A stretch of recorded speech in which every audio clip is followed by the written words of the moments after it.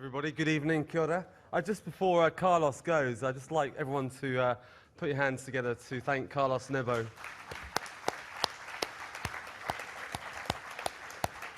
Carlos, as I walked towards the cloud this evening, I could just hear your voice drifting down the water. So it's very beautiful, and thank you very much. You're a bit of a sort of a constant now in these events. So thank you very much. It's fantastic. So good on you, Carlos. Okay, are we ready to go? Fantastic. Look, wow, what a great turnout tonight. I'm astonished. Thank you very, very much. Good evening, everybody. My name is Ludo Campbell-Reid. I'm the Manager of Environmental Strategy and Policy for Auckland Council and the sponsor of these events. And it just seems like we're sort of picking a whole bunch of new people who seem to be coming along to these events, which is really the aim. And I spoke to somebody this evening who said to me about a year and a half ago, they were a little bit skeptical of what the agenda was on some of these conversations. And now they come along every single time, and it's fantastic that things can change. So thank you very much for the constant support that you've all given. So look, on behalf of Auckland Council and also our sister agencies at Auckland Waterfront and Auckland Transport and ATEED, welcome to the cloud on Auckland's extraordinary waterfront. You can just see the activity happening, and every time I come down here, there's more and more going on. Shed 10 is due to open in July, middle of this month, so that's going to be a new cruise ship terminus. So things are really happening down the waterfront, and we just thought it would be a great venue to come down to the cloud and have this conversation this evening. This evening's conversation is around the idea of Walk Auckland and legibility. But before we get into the main evening, I'd like to just thank our sponsors who really make these events possible. It's not cheap bringing people over from around the world. We also have speakers from our own country, New Zealand, but at the end of the day, there's also some exciting people from around the world, and without which, our sponsors, we could never do this. So I'd like to thank Resine, ADNZ, Jib, Brookfields, Boffa Miskel, and eCast. So there's a really growing group of sponsors who are partnering with us on this. And I also want to thank Susan Quinn and her team for doing these fantastic events. So thank you, Susan. So look, I guess I was reminded of a slide that I often use in my presentations, which is a photograph of an old lady and a young child. And the caption says, what's the first thing a child wants to do and the last thing an older person wants to do? The old person wants to give up is actually to walk. And I don't know, well, many of you walked here tonight and many of you walk around Auckland, but walking around Auckland's like an assault course. It really is hard work. It's not made very easy. And you know, when you go to certain streets around the place, it seems to be designed for the motor vehicle. Signs are large, bright and brash. And it's not designed for a 4 km/h walking person. It's designed for someone who drives a car, and that really needs to change. So it's really, this is why the urban design strategy for the city is to be about a more pedestrian-friendly city, a more people-focused city. And if one remembers the great quote by William Shakespeare, what is a city but its people? And that's why cities need to be designed around the needs of people.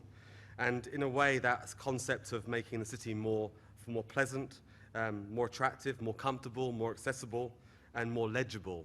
And I suppose that last word is really what we're here to talk about tonight, about legibility. Great cities are legible, and it's about that intuitive movement around cities. And what one finds is cities that have that are the great cities of the world. So we're trying to emulate, to do better. So tonight's presentation then is really formed around the concept of wayfinding. And it'll explore these concepts in a little bit more detail, focusing on some of the great work that the team have done, Applied have done in various parts of the world, like New York, Vancouver, Toronto, Seoul. I mean, the list is endless. And so I'm absolutely delighted tonight to welcome our speakers, Richard, Simon, and the team from Applied. Richard's here also with one of his partners, Ben, and Ben is going to be partnering us in perhaps the question and answers at the end, and that'll be fantastic. So they'll come up and do that. So look, without further ado, Richard is the planning director for Applied. He leads the urban and transport planning and wayfinding systems which they've delivered for Vancouver, London, New York. Prior to joining Applied, Richard worked as a traffic engineer, a transport planner and urban designer, and as director of IQ, which is a previous company he worked for, oversaw the design and implementation of major environmental improvement schemes around the world. Richard's specialist focus is on the relationship between the land use and movement. He sits on the steering group for the accessibility and user needs in transport for sustainable environments in London, and is an old friend actually, and we've sort of worked together in groups in my prior work in London. So, Richard and Ben, welcome to Auckland. You've had a really busy few days, meeting with the CRL team, the City Rail Loop team, the Auckland Transport, ATEED, my team. So you've really had a busy time, and you will hopefully have a little bit more of a concept about what Auckland is about and where we're trying to head to become the world's most livable city and perhaps one of the world's most legible cities. So look, without further ado, would you all put your hands together and welcome Richard.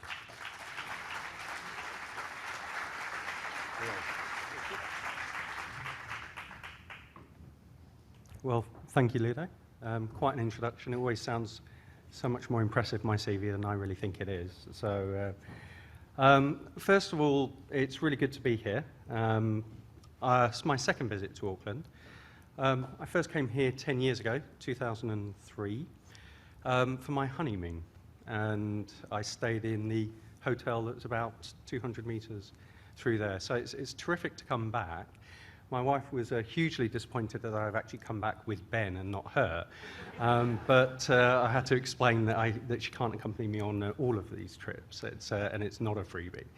But it's great to see how Auckland has changed in that time.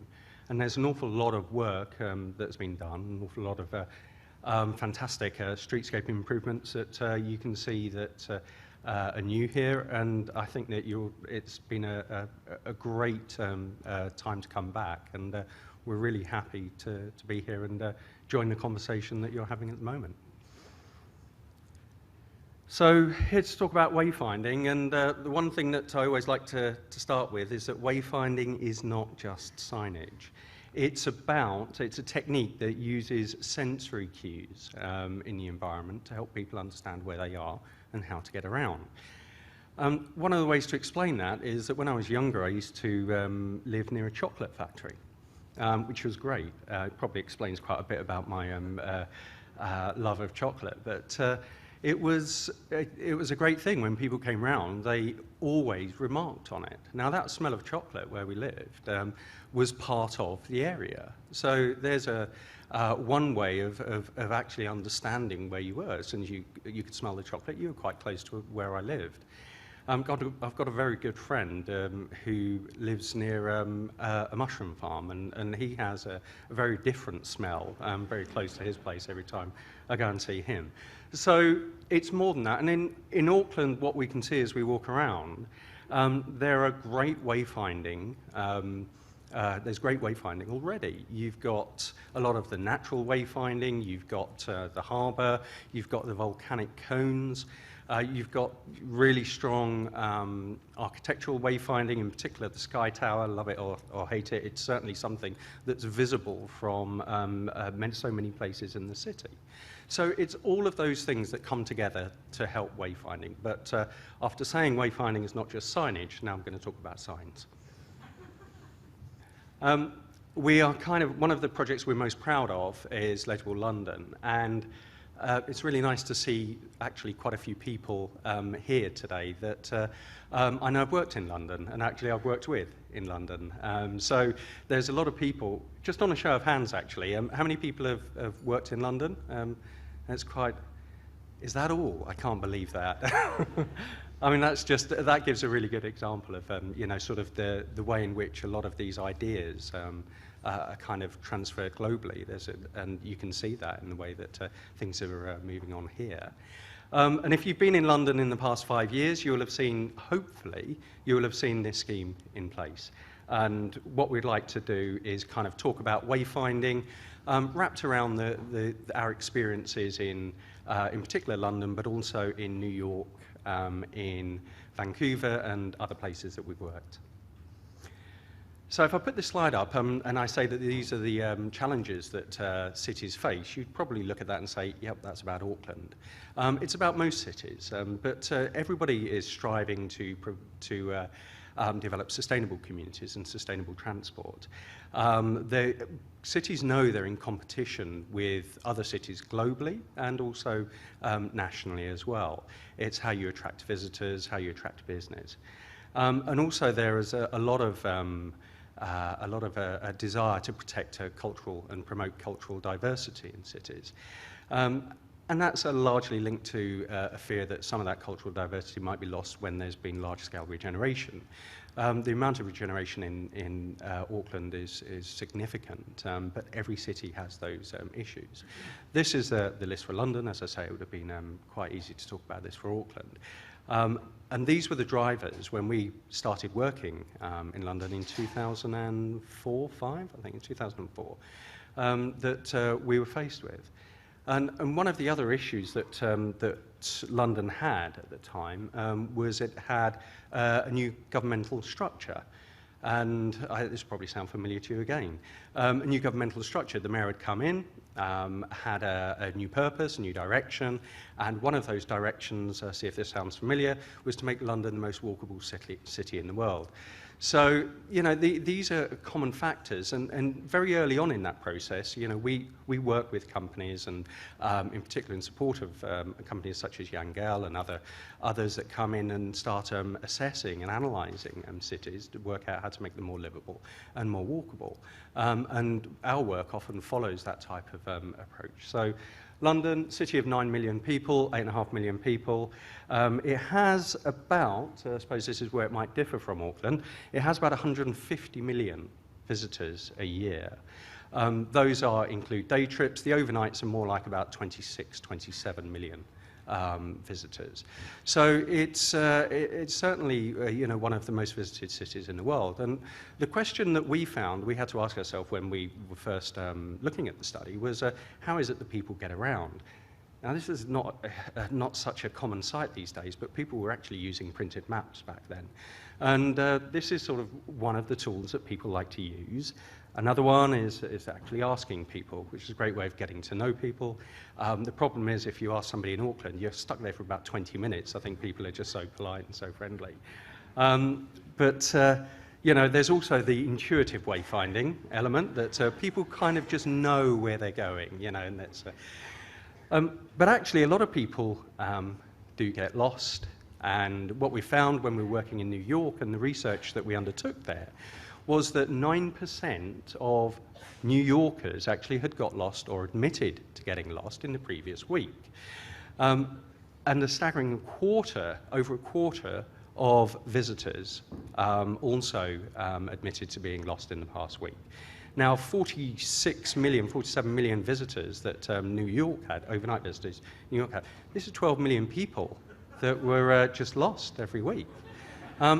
Now, I don't know, is that a problem? I kind of think, you know, this is the issue for us, is when we look at it, when we get lost, we start having certain feelings of anxiety. If you get lost, your immediate reaction is that you need to be found again, that you need to know where you are. And actually that behaviour, that way of thinking, then takes over some of the other thinking that we want you to have, which is relax, take it easy, have a look round and explore the city. And that is a problem. Now, one of the things when we reported this back to New York and to the mayors, well, how can people get lost in New York? It's a grid. It's really easy. So we showed them this. As a visitor to New York, you pop up out of a subway station. Great, it's a grid. But which direction do I go? And we say, oh, that's really quite easy. You know, it's all the streets are numbered and named. You've got streets going east to west, no bigger than north to south, and avenues going east to west. They're all numbered. Really good. And after about 5 minutes of them explaining it to us, we thought, well, actually, you know, that's really quite complicated. But they didn't see it because they lived there all the time. So this was the issue that we'd faced. How do you make a city like New York more legible? As another example, this is one of the things that I was talking about, that in the grid that they talk about that's so easy to get around, people don't get lost, actually only exists in this kind of small area around the Midtown. Once you got out to the Bronx, which is the top image, You have roads which are named 30th, but they are Avenue, Drive, Road. There are just lots of different names. And where the grid started to break down towards Greenwich Village, or West Village, and Greenwich Village has about 3 or 4 different names, depending on exactly where you are, which was also another problem. The streets started moving all over the place and colliding. And again, this was something that, as a New Yorker, they'd looked at and thought, oh, well, it's not really a problem. But actually, it represented a serious problem because it broke down their one thing that they held dear, which was there was a simple code that could help you understand. So another reason why people got lost was because they had a number of systems in place, which is quite a common factor. These were installed by the business improvement districts, so to support the local businesses, absolutely fine. The problem is, as a visitor, you're walking around, you're being asked to learn languages, wayfinding languages, and that causes a problem. I don't know who these people are, by the way. I did take this photograph, and I remember standing there, and they insisted on me taking their photograph next to that sign, but New Yorkers are friendly, clearly. In London, we found exactly the same problem.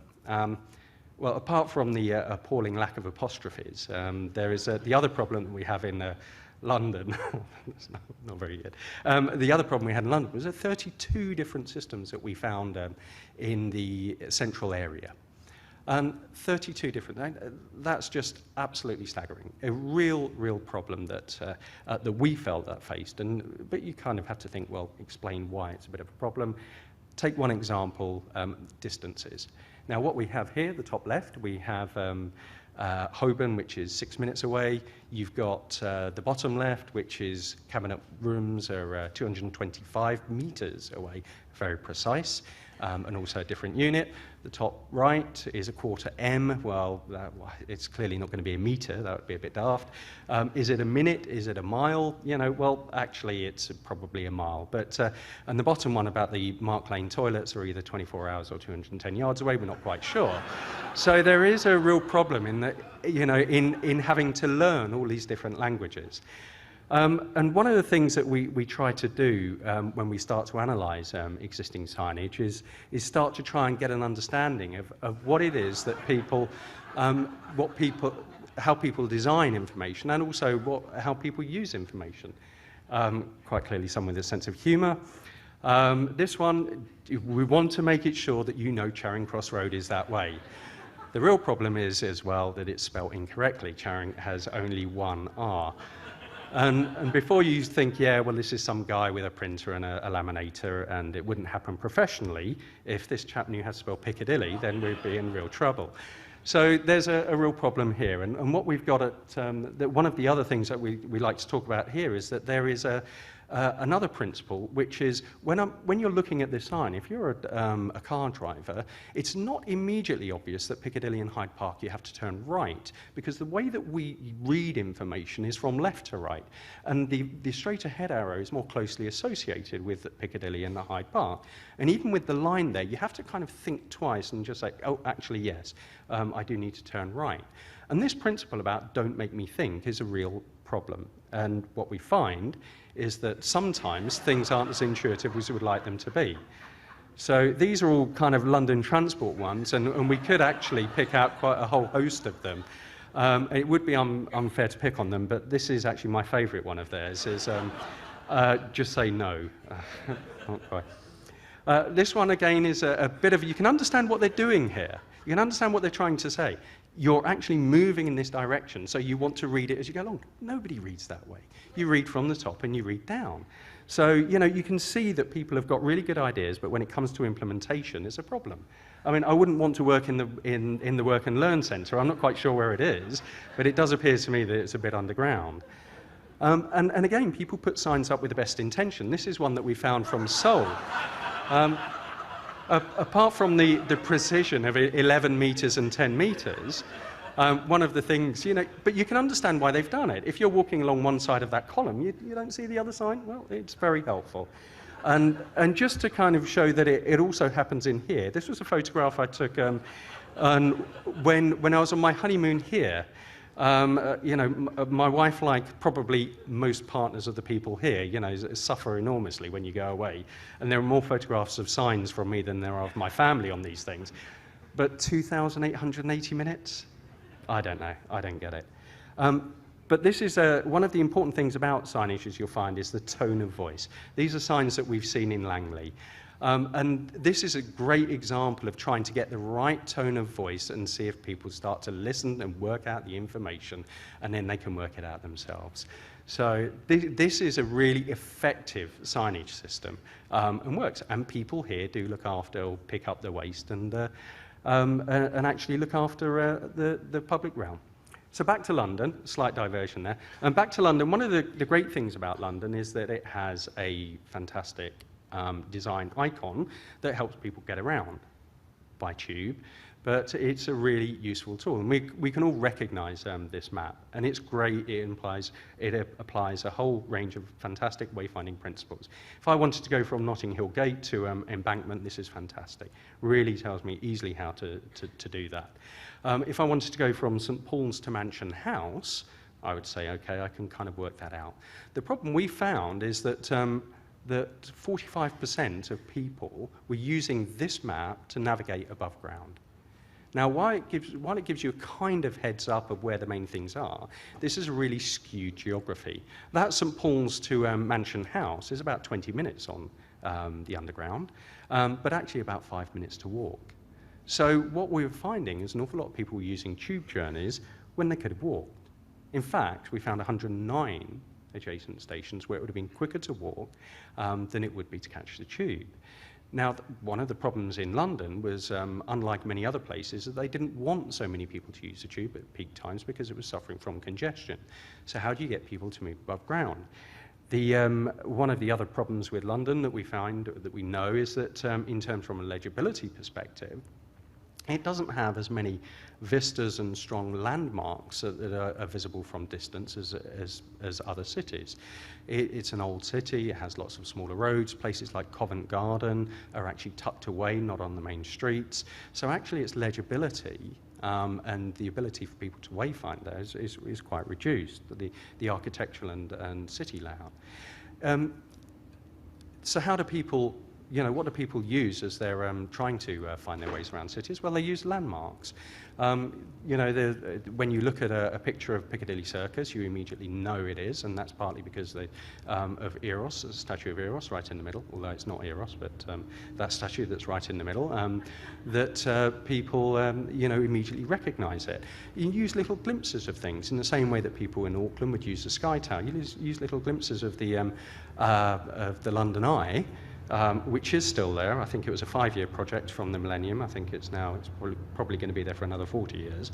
But that's the way that people use these kind of landmarks in order to navigate. One of the things we asked, we asked a student who was working for us at the time to plot how the way that she knew London, what was her little bubbles of knowledge. And what we found was that they were centred around stations. The way that she learned London was she went to a particular location, used the subway, the underground to get there, popped up, and then when she went to a place, she invariably came back to the same station and then carried on her journey. Now, so this is the way that she understood London. She understood it from the underground map perspective. But the problem is that distorted her view of geography, because whereas she was thinking that things were north-south and east-west, they were actually east-west. So there was a real disconnect in the way that she understood London and what she really and the way London actually was. So is that one of the things that you find in how people navigate cities is that there are these kind of little eureka moments as you're moving from one of those bubbles to another bubble of knowledge, when you just suddenly say to yourself, oh, I kind of know where I am now. Right, I get it. You start to link up your knowledge. And that's what we try to do with wayfinding systems. We try to make sure that these kinds of gaps are filled.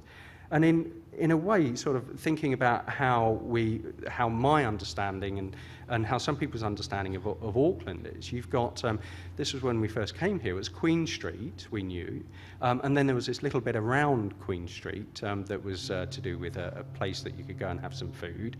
There was a bit over at Victoria Park that we ended up in one day, no idea how we got there, but we kind of just moved in that direction.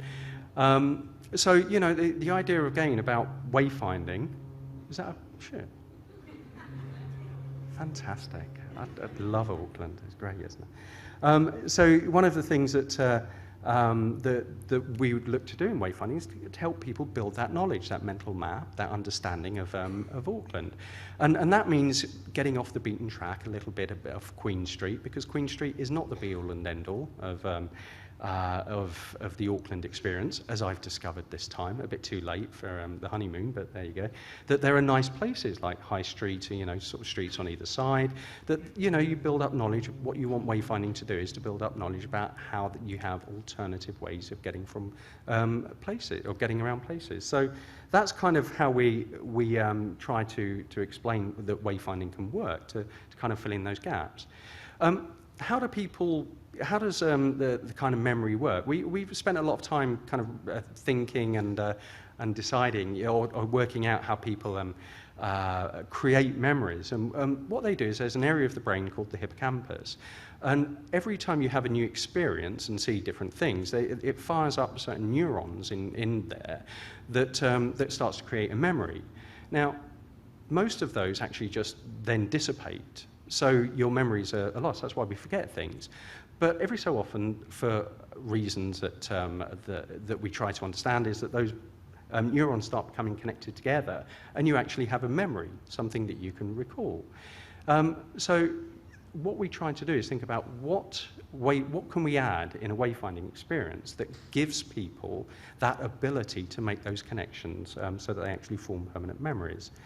And this is kind of the way that we think about it in terms of having you know, sort of the way that people develop their memories. So you have little spaces that you know, you become a little bit more of an expert as you know some of these other memories, or sorry, beg your pardon, that you become, oh, forget about it, oh, it's a bit of a boring slide anyway.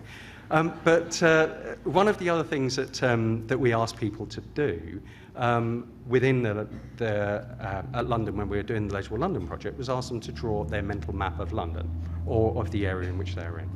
Now, this person knew Covent Garden pretty well, but they didn't know that kind of Holborn was one way, it's somewhere over there, and Leicester Square was somewhere over here. They didn't quite know where, it was just away from their kind of knowledge.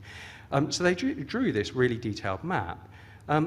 It's geographically quite inaccurate once it gets into Seven Dials and Neal's Yard and those sorts of areas, but it's the way they perceived it to be. And what we learnt from that was that this particular person had a very strong understanding of the two main spines here. And that tells us an awful lot about the way that this person kind of understands the environment and that particular environment. And people draw mental maps in very different ways. Some people draw bubbles, areas, and kind of links in between them. Some people draw pretty much every street in a particular place. Some people do nodes and links here. People just imagine and see cities in very different ways. So developing systems and to try and understand and take those things into account is one of the issues that we, or rather one of the things that we always try to take into account. Another way, when we try to understand how the brain works and how people perceive and take in information, was this piece of research. Now, I know that you can all read this, and you are reading it, and it actually makes an awful lot of sense. You know, that's because we do not read every letter. We read words as shapes. So we actually can fill in an awful lot of blanks. And I think that it's really interesting to see that the way that we think about space, or the way that we think about information, is that we can actually start to try and really focus on those bits that are really important and turn the volume down on those things that aren't. when we start to think about, taking all that kind of understanding about the way that people think, the way that people understand information, the way that people receive information, what we try to do is when we're working in cities, is look at how we can start to develop an effective strategy that gives them the best opportunity to increase wayfinding there. In Vancouver, what we found was that there was actually no information in the subway stations or in the SkyTrain. I don't know, how many people have been to Vancouver? So it's quite a few. If you've been within the last 5 years, hopefully your experience will have improved.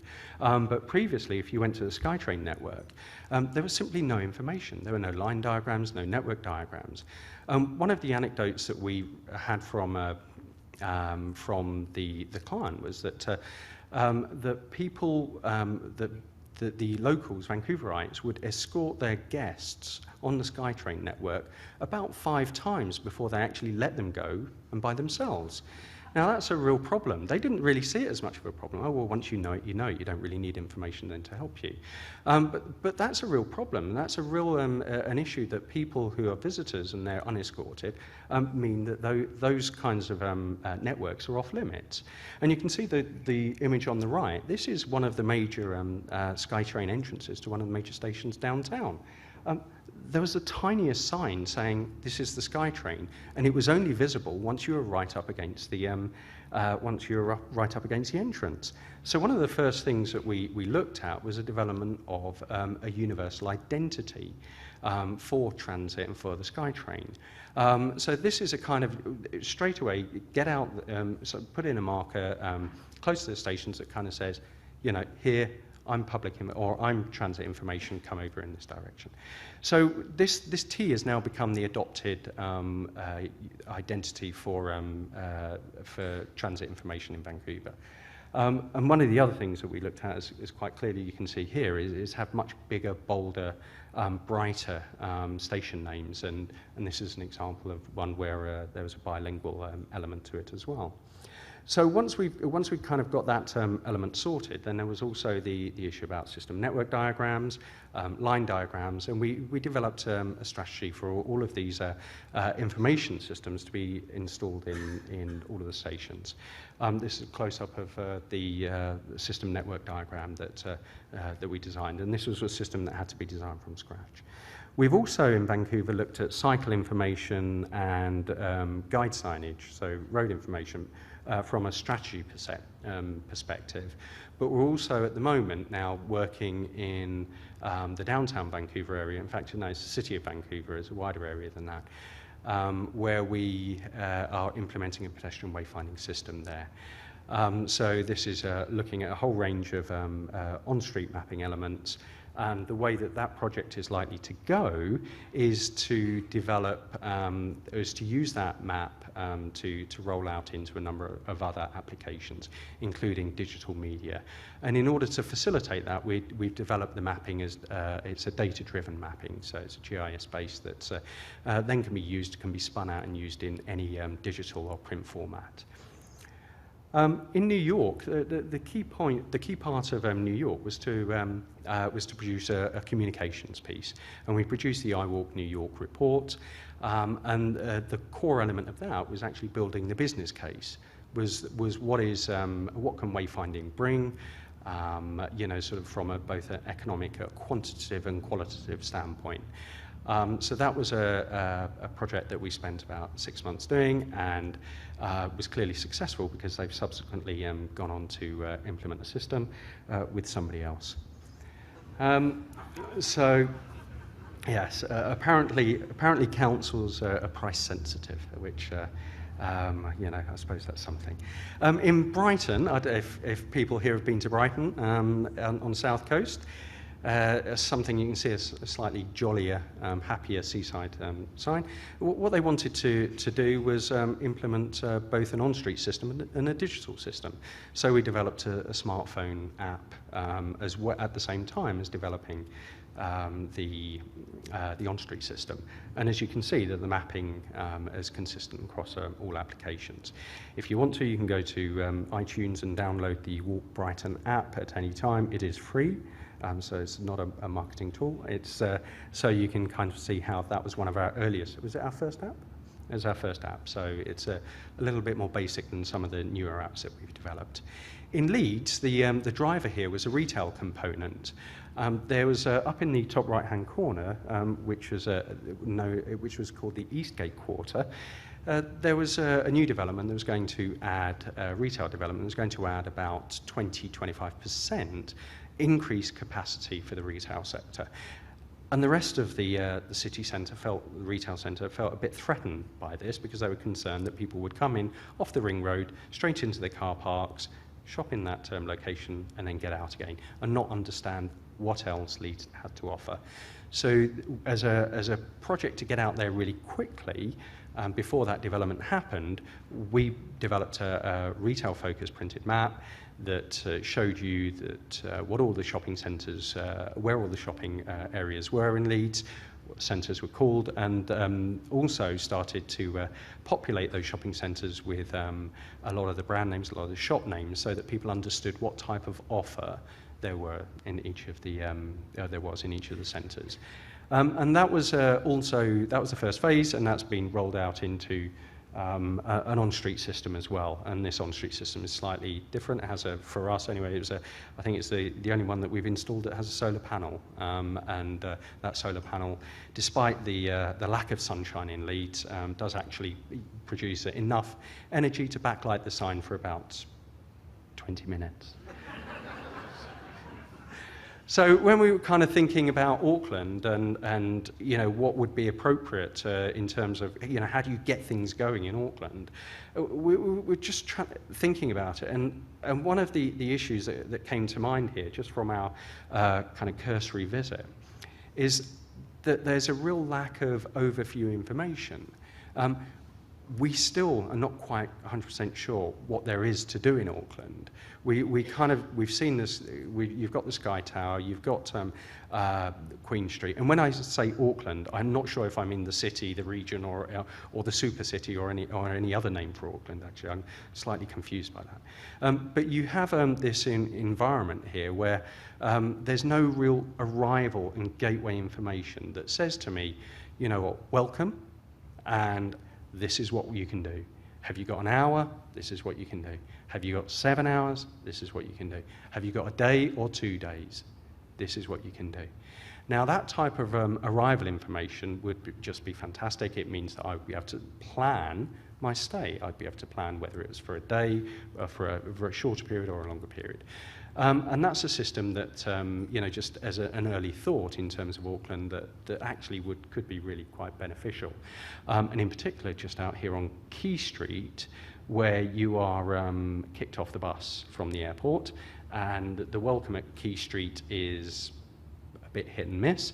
And you're not quite sure where to go from there. And also you've got the cruise ships that where you have between 300 and 3,000 people decamping and, as I understand it, going straight into a shopping centre across the road, having a cup of coffee and then going home. So, this because people don't really understand what there is to offer. So that's just a kind of a thought that we'd had just about the city. In London, the driver and how things got started there was the development of an on-street prototype. This was something that we looked at. We had willing partners, the new West End company, City of Westminster, Mayor of London, Transport for London were all very keen to see a system implemented. And so we looked at a system of, I think it was 19 signs, and went ahead with a rapid development of a prototype in that area. Now, that development was based on key wayfinding principles, as you can see through here, progressive disclosure, which is don't sign everything from everywhere. It's just not possible. Otherwise, you end up with a clutter. Name places, use consistent naming for things. If the city centre is the city centre, then don't call it CBD or downtown or other things. It's just, that's what it is. Be consistent in the naming. Seamlessness, provide information from the point at which people start their journey to the point at which they get home, and in particular focus around the points at which they transition from one mode to another. That's a period when that's the point at which people have the greatest uncertainty and actually require the greatest support. and a number of other principles as well, which we won't go into today. So this was this was our approach on the rapid prototyping. A lot of rapid design development, a lot of testing, a lot of listening, evaluating, and redesigning. We came up with some absolutely fantastic ideas that nobody liked, that we thought would have been great, iconic designs, but everybody said, what's that? So you work without an ego, you look at how you might redesign things, and then you come back and try again. And again, and again, and again. And what we have here, this number at the bottom, which is slightly pixelated, shows you from one of the early developments of the map right down to iteration number 293. And it was at that point that we all stopped and realized, I think we've got this just about right. So, you know, the actual evaluation and keep on testing and make sure that people, you're designing for people. So if people can't use your use the information that you're designing, it's not working, you've got to do it again. One of the things that we looked at, a particular characteristic of wayfinding, was the development of heads-up mapping. Heads-up mapping, as we found, is kind of not really liked by people who love maps, who think that all maps should be north-up. And it's kind of liked by people who are not really that keen on mapping because actually it's more intuitive for them. And what we felt was that on the balance, that it's better to support people who aren't that keen on mapping. People who love north-up maps will get it anyway. They'll understand and work it out. People who, by providing a north-up map, you're immediately allowing to place yourself in that map. You're standing in a point, you're looking at a map, and you're saying, that direction is a direction of travel. And I think that is something that has been put into effect in the sign that's out on the Britomart interchange, where there was a plan there that subsequently moved from being north up, which meant when you were looking at it, you were looking at the harbour at the top of the map when the harbour was directly behind you. And that's now been orientated the other way so that it's heads up. That's putting the user first rather than operational needs. Another thing that, just as a little design characteristic, was the use of 3D mapping or 3D buildings. This goes back to what we were saying about creating landmarks, creating memories, making sure that people can intuitively find them, or you can use the system to find their way around. So that became a key characteristic of the mapping, and that's where we got to. As well as the design process, there was a planning process that went alongside. And this planning process had to be kind of a rigorous approach to the analysis of the public realm, the city, movement, all sorts of other issues that affect movement. And what came out of it, it's this layer analysis. The idea is that you can kind of look down through it like a sieve. And if you analyze it in the right way, you can see patterns developing, and you develop a route hierarchy. Now that route hierarchy was a little bit uncommon for pedestrians at the time, but actually it's something that most local authorities were developing for vehicular road networks as a common standard. So it's something that London has this kind of route network that helps support the placement information. By developing this approach, what you do is you optimize the placement of signs. So you don't have too much, otherwise you start leading to clutter. And you don't have too few, so that you actually get lost. The way I try to describe it intuitively is that as you're walking around, what you want is just at the point where you're thinking, I'm not quite sure where right, that's the information. I can see a sign, and that's where it's located. So this is kind of how it kind of panned out in the West End. And this was the sign family that was developed to support those, the prototype. It then got manufactured and installed, and this is the original prototype, the 19 signs that were implemented around Bond Street. It was also integrated into public transport, into tubes. We also produced printed maps as well. And as part of the building a case for wayfinding is that the system was evaluated, the area was evaluated before and afterwards. And what we found, and it was done independently by a company called Colin Buchanan's, what we found is there was a 1/3 decrease in people feeling lost. Now that is what we were talking earlier about. That gives people less anxiety, and those people are likely to explore more and potentially spend more. It could have a direct impact on the way that people behave. There's also a 16% saving in journey times. Now, if you can get people moving around, for those people who need to be in locations quickly, you get people moving around like that, then they actually are going to visit more places during the day. 2/3 increase in knowledge of the names and the offer, so people were beginning to understand how the city worked, how the city functioned, and what there was to do. So whereas previously there was a real lack of understanding of what else you could do, suddenly people were beginning to understand it. 49% awareness of the system is actually quite good, because quite often when you speak to people in cities and you say, how did you find the wayfinding and signage, they say, what wayfinding and what signage? So having 49% awareness was a really good result. And 62% said it would encourage them to walk more. So big thumbs up from the assessment. In fact, one of the things that Buchanan then did was to produce a return on investment figures, and they came out with about a 7-to-1. Now, there was a long discussion, and from what we understand is that that they were told that was a little bit too high, so they came back with a return on investment from 1.7 to 7-to-1, so a better range. So the system, once it got the green light, then we looked at 3 different pilot areas in Covent Garden, in Richmond, Twickenham and Kew, and also in South Bank. We then captured all of that knowledge in a system design manual, and all of that information is now free to download on the TfL Micro website. So if you ever want to feel the need to go and have a look at all of the background documentation, it's all there. Where Legible London is now, it's rolled out into other applications. It's used for hoardings when there's developments that have gone up, and when there's works, then they generally clad them and put large signs up. It's used as public transport integration. There's an expansion into digital. That one does look a bit clunky, but I'm sure they'll slim down and look a bit more respectable as digital technology moves on.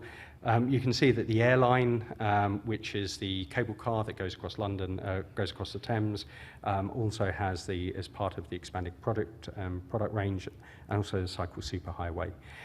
We've also developed a prototype for digital information on smartphone app called Living Soho, and again, it's free to download if you want to go and have a look at that. And that's real-time data. So you can have a look at that. You have 100% of all the shop names, and if you were in Soho at that point and said, what's open right now, you can touch the button and it'll tell you. And it's used in cycle hire. It was also used in the Olympics, and the information structure for Legible London was used as the information structure for the Olympics. And it's coming soon to in a format which is going to be Legible London Parks. Unfortunately, I can't show you that, but if you wait another 3 or 4 months, it's actually going to be in the Queen Elizabeth Olympic Park. So having gone through that, the issue here is about, how do you actually proceed? How do you go about developing a wayfinding system? Well, number one is prepare the case, understanding what the drivers are. I talked about that at the beginning.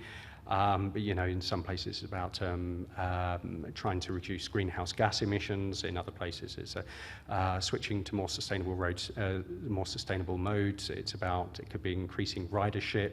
Vancouver, they wanted to increase ridership from 272 million to 400 million passengers per year.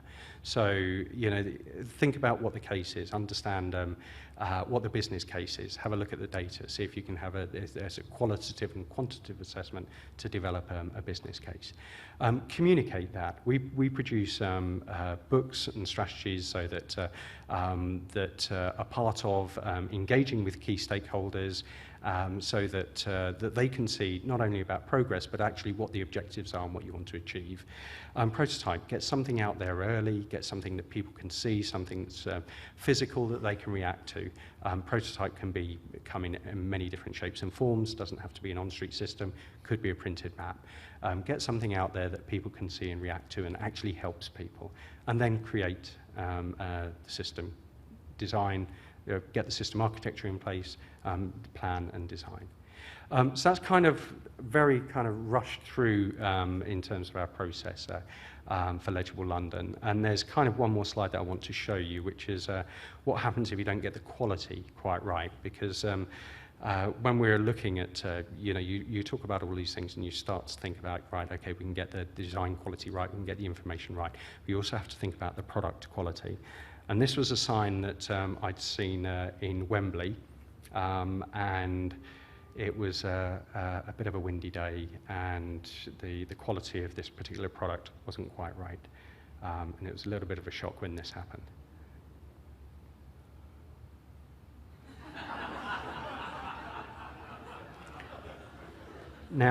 Now kind of work your way around that, and it's completely, as you can see, pointing completely the opposite direction. If I left this running for 2 minutes, you'd see it spins round again. It's a fantastic sign. So thank you very much then. Thank you.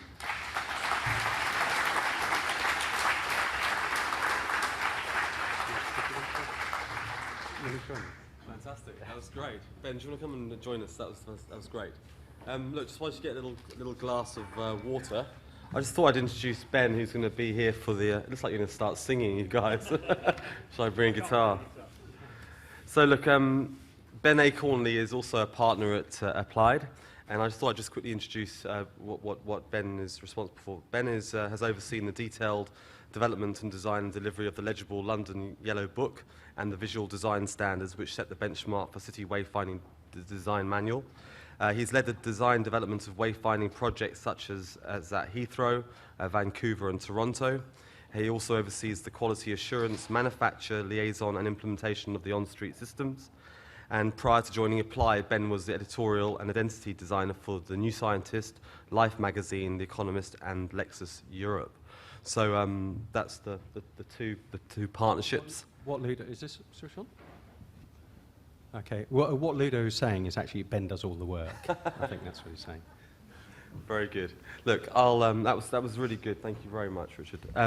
Right, let's try and fill some questions. I'm sure there's quite a few people out there who'd like to ask a few questions, and so many similarities with the challenges we have for Auckland. So who'd like to go first? And I'll try and bring you up. Anyone out there? Is that you, Susan? Oh, no. Okay. Do you want us? We've got a little microphone which hopefully we can use. Okay. Hi guys. My question is, with Auckland getting more and more Chinese tourists and Japanese tourists, particularly from Asian countries, have you thought about considering the other languages being put onto signs, and then how that then affects the wayfinding signs and the design and the look and everything, and where has it been applied successfully? Yeah, I mean, we've had this discussion a couple of times in the last couple of days, actually. We've developed systems in the past. We do work in the Middle East where we've done multilingual signs.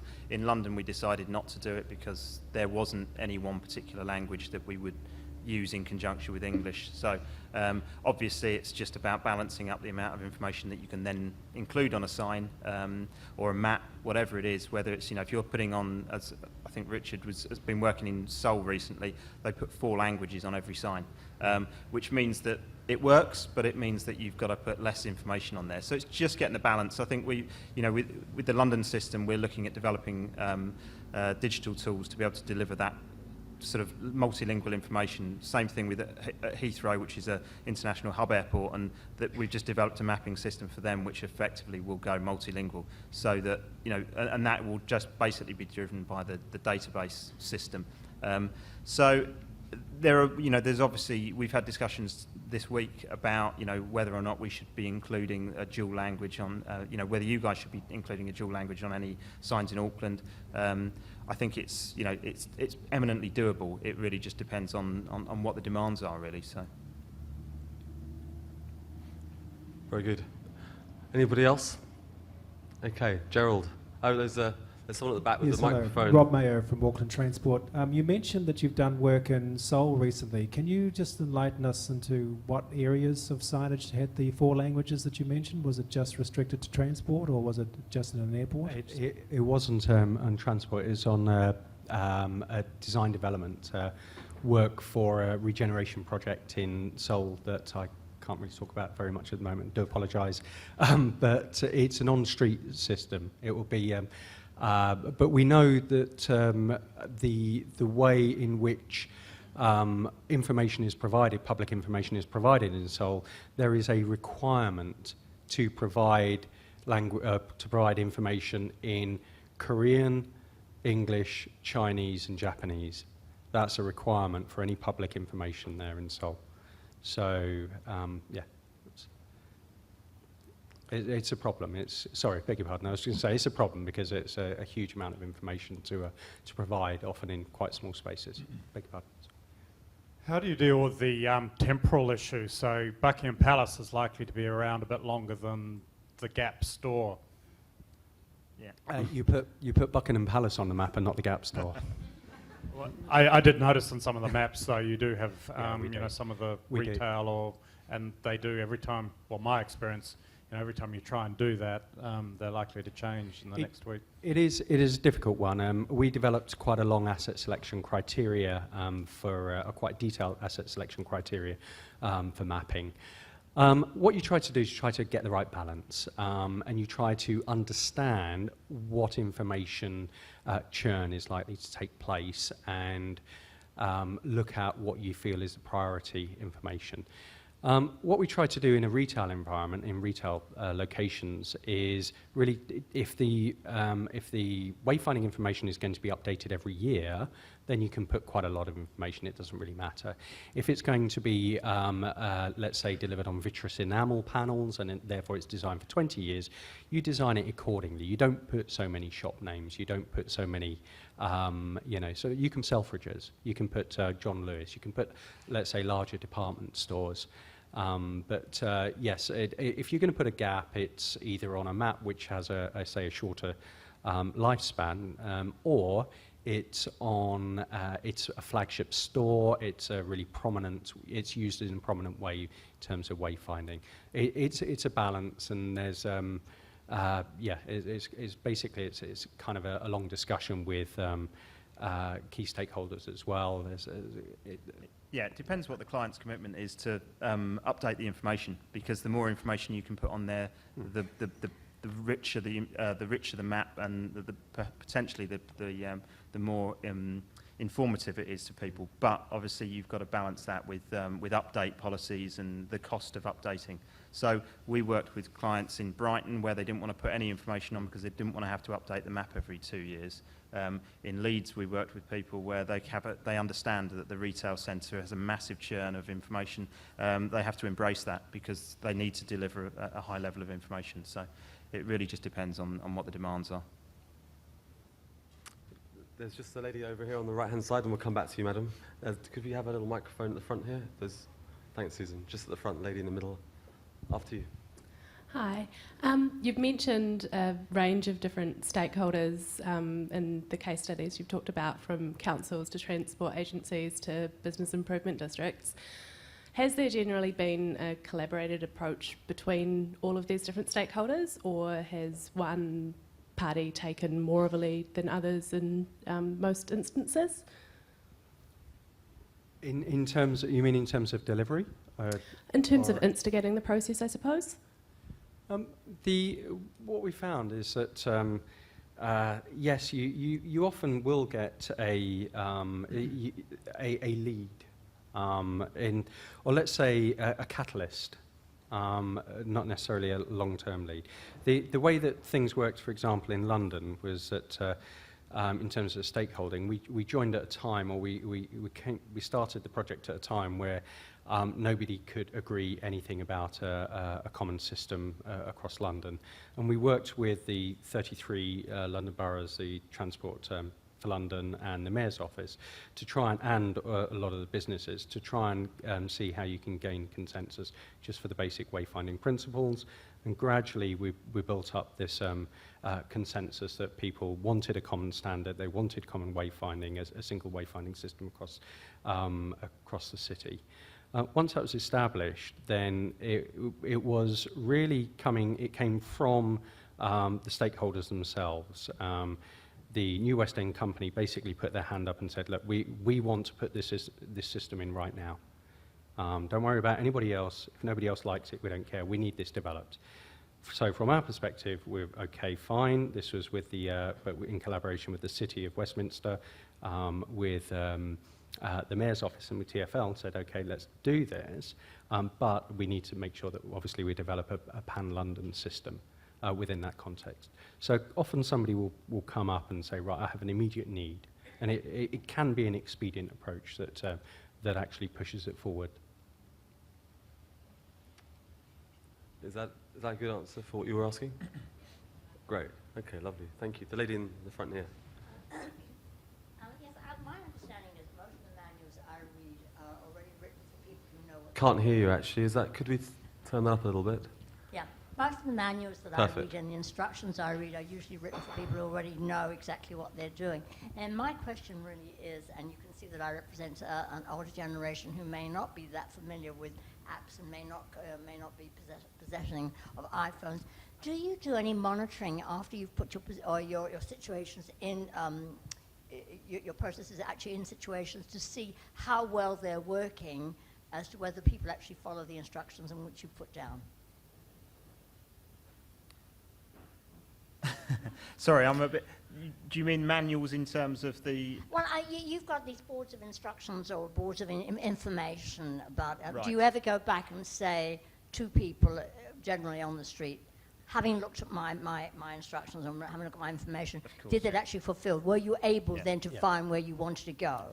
I think from Absolutely. a user testing Absolutely. point of view, that we do an awful lot of extensive testing to work out exactly what should be on there and what level of information, everything from colour contrast and what sort of iconography to put on there, whether you put indexes on, all the support information. Certainly for London, we had the opportunity to do extensive user testing to try and validate all of our thinking, because obviously, you can do a certain amount as a designer intuitively, but you need to go out there before you start rolling out a system like that. And as Richard said, the test, the evaluation that was done after that, after we did the prototype, gave us very good feedback and very positive feedback, which we then obviously, there were things that had to be changed and moved on slightly. But yeah, I mean, it's imperative that you do that on any system that you're starting to put in, which is why we look at prototyping in a small area so that you can actually, nail down the details and make sure that it's answering all of, as many people's questions as possible. And we try and design systems that are as inclusive as possible. You're never going to, cater for everyone. You can't cater for certain people's disabilities, but, we try and make sure that as an on-street, it's a visual on-street system. It needs to work as best it can for as many people as possible. So. It's a very good question. We had a session with our team a few days ago when you first arrived. The guys arrived, and the question was asked around those maps that were drawn, which were quite intriguing, really good drawings, but actually quite incomplete and incorrect in terms of. And I think that one of the questions was maybe we should go back and ask some of those people that drew those maps and see if the signage. And the guys said, look, this is something we need to get better at. So it's an interesting part to that, the whole journey that you're taking as well. So. It's a good question. Very often I get a piece of equipment and the manual says, do this, do that, do the other. Yeah. And you think, hang on, and it doesn't always do it, and it's, So it's good that you're actually going back and actually seeing that the system which you put into place actually does work, and that you're prepared to take on board any kind of criticism or improvements that come your way. Thank you. Good question. Thank you. Gentleman in the middle there. Thanks, Debbie. Thank you. I was in San Francisco last year for the first time ever, finding my way around on a paper map. And what struck me was I seemed to be the only person doing that. Everybody else was using either their phone or a tablet. Isn't the app the way of the future and all this kind of signage stuff yesterday? I think, what happens when your battery runs out? No, but there is, it's a good question, and it's definitely playing a more and more prominent role. But I think it's part of a suite of applications. Not everybody likes to use their iPhone. I have a smartphone, but I don't use it for navigation. I prefer to use other tools. One of the principles of wayfinding is give people the information in the way that they want to receive it. Some people like that on-street system, some people prefer tangible printed maps in their hand. Some people will use their iPhones, absolutely, or their smartphones. So I think it's definitely, there's a big trend and a big move in that direction. There'll come a point at which that plateaus. And people will always want that same information, but being given in different media. Yeah, good question. Tony in the front here. For pedestrian wayfinding, which do you think is the best, distance or time? For pedestrian wayfinding? Yeah. Well, it's a really, that's one of the a fantastic question to ask, because it preoccupied us for months and months at the start of Legible London.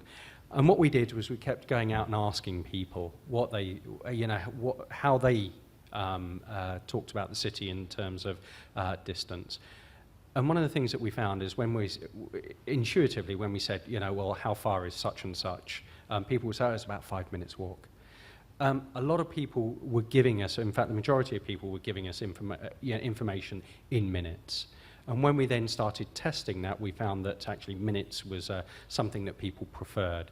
It's a judgment call. I think that I can see arguments for both ways. We don't discount meters, but I think on balance we prefer to go with minutes. In fact, one of the things for Vancouver was, should you put blocks down? I don't know. It depends really. I think it's there are cultural references sometimes. Some people prefer minutes. Some people, in Canada, we're talking to them, and they're saying, well, if we get US visitors, they still refer to things in miles. We can't do kilometres. Is that going to confuse people? Can we give them both minutes and a unit of measurement, like a mile or a kilometre? I think if we've looked at it, longer distances, if for cycling information, probably kilometres or miles is a more relevant thing, because you're more in tune with understanding distance. When it's walking, if you said to someone something's 800 metres, what does that mean to you? It's very little. I think that's why we started talking about, it's that what's in common usage. In North America, you talk about blocks. So you might, if you ask someone some directions, I did it a couple of weeks ago, someone said, it's 2 blocks down. I knew, even if it was a long block or a short block, I know it's not that far. It's a couple of blocks. That's a good unit of measurement. So I think really it just depends where you are and who are the people that you're delivering the information to, really? Yeah. What's their preference? So, and I think that comes out in user testing. Anything that you would do, you would have to go out and get a clear understanding of what people want and how they would use it best. Very good. Gentleman here in the front, and then there's one lady in the back there. I was just interested in your inclusivity ability to integrate as many users as possible. Yeah. To what level did you engage with disability groups or the visually impaired? And I think with Legible London, obviously extensive sort of discussions with the RNIB and also looking at with DDA compliance in terms of DDA is, Disability Discrimination Act is in the UK is obviously it's guidance rather than specific rules and regulations. There's always issues around. People will tell you, everything needs to be 14 point type or whatever it is, and I think it's just trying to get the balance, because a map is obviously a complex visual display. Trying to get the balance between putting enough rich information in there for a lot of users, as many users as possible, versus simplifying it to the point where actually it doesn't include enough information for the majority of people. We also look at levels of information. We've got primary and secondary and sort of tertiary information on a map. So hopefully, even if you can't read the whole thing, you will be able to read.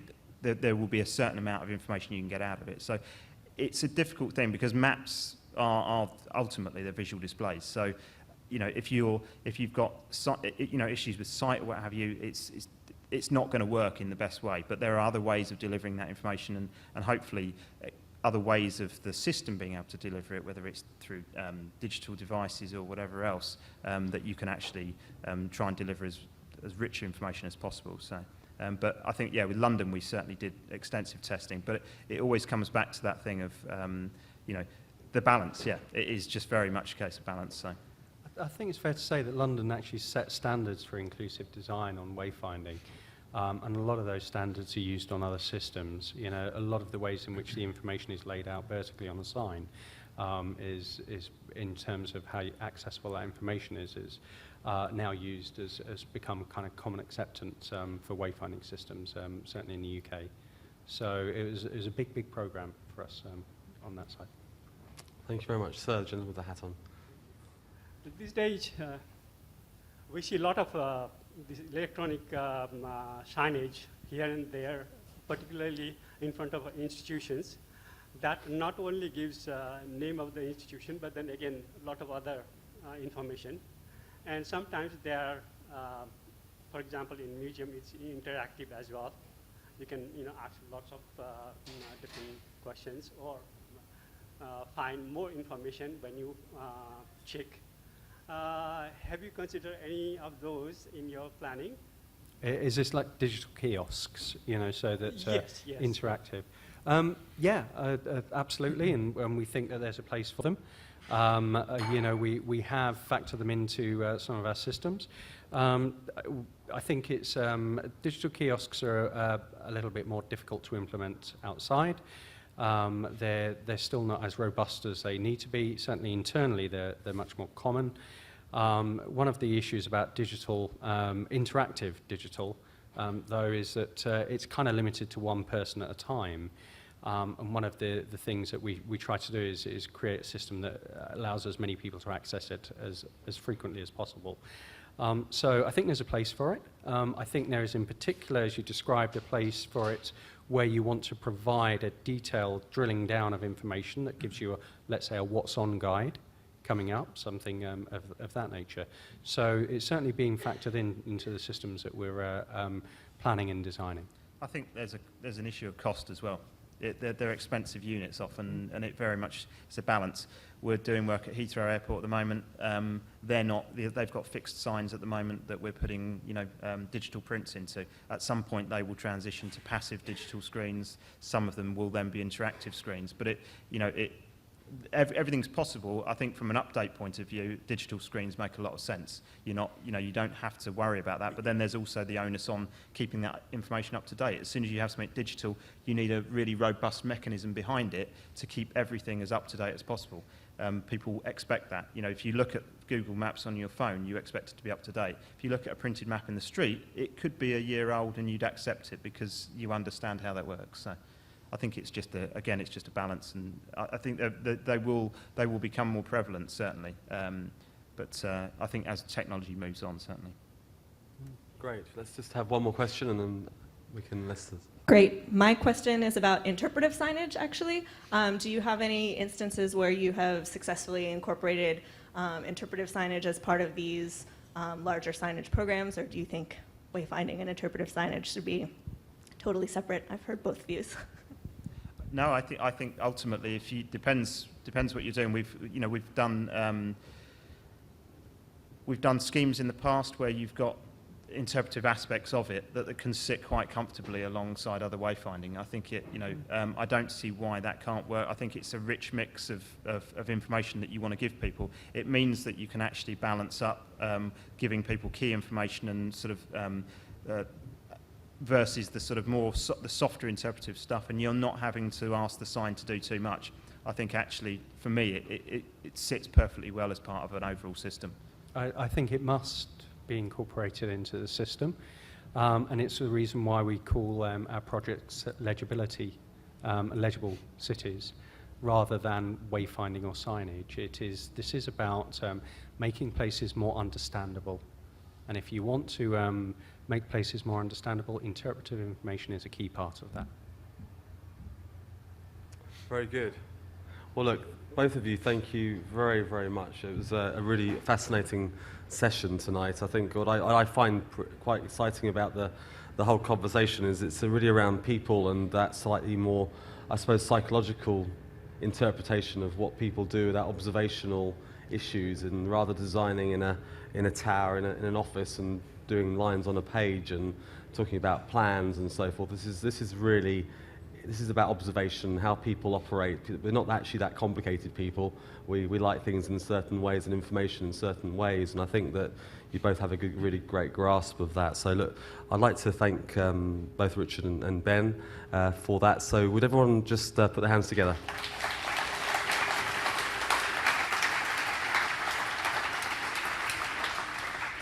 Can I go to bed now? You're doing very well. You're doing very well. Look, just for everyone's knowledge, I mean, obviously these guys are here to help us learn about these issues. But we know we're really, my observations of Auckland is that we need to be a much more legible city around the things that we can control. Modern planning has come in and confused our cities with buildings that appear in places where there used to be vistas and stuff. And so that whole sort of urban grain is disappearing. And so we need these tools to help us map and maneuver around the city. So we're really looking at this issue, and obviously with the announcements last week that governments are now sort of coming on board with the CRL and other major projects across Auckland. This is a really exciting time for us, and so the systems need to talk, and the buses, the walking, the cycling, the skateboarding, the promenading, all these things, the ferries, are going to need some sort of system, and Auckland has been devoid of that for many, many years. So hopefully watch this space, and lots of food for thought for me and my team, but also for Auckland Transport and others across the organisation. So look, both of you, thank you very much. Before we go, I just want to thank Rosine, of course, and ADNZ, Jib, Brookfields, Boffa-Miskel and eCast for, again, helping us put these sessions together. Just before you go, guys, I've got two little books for you. It's a little bit of a story of Auckland. What's interesting about these books is that the projects that are in them didn't exist 3.5 years ago. There's been a lot of change in the last three years in Auckland, and 4 or 5 years ago you walk people around the city and you point to things that weren't really there or are coming. At last we have some projects which we're all very, very proud of, and this is about the snapshots, the gems around Auckland that will have not been prevalent and present when you were here on your honeymoon. So I wish you both well. Have a safe journey back, and to your other partners, and your life partners rather than your work partners. So, so look, thank you very much for coming, and kia ora, and stay well. Thank you, everyone. Thank you.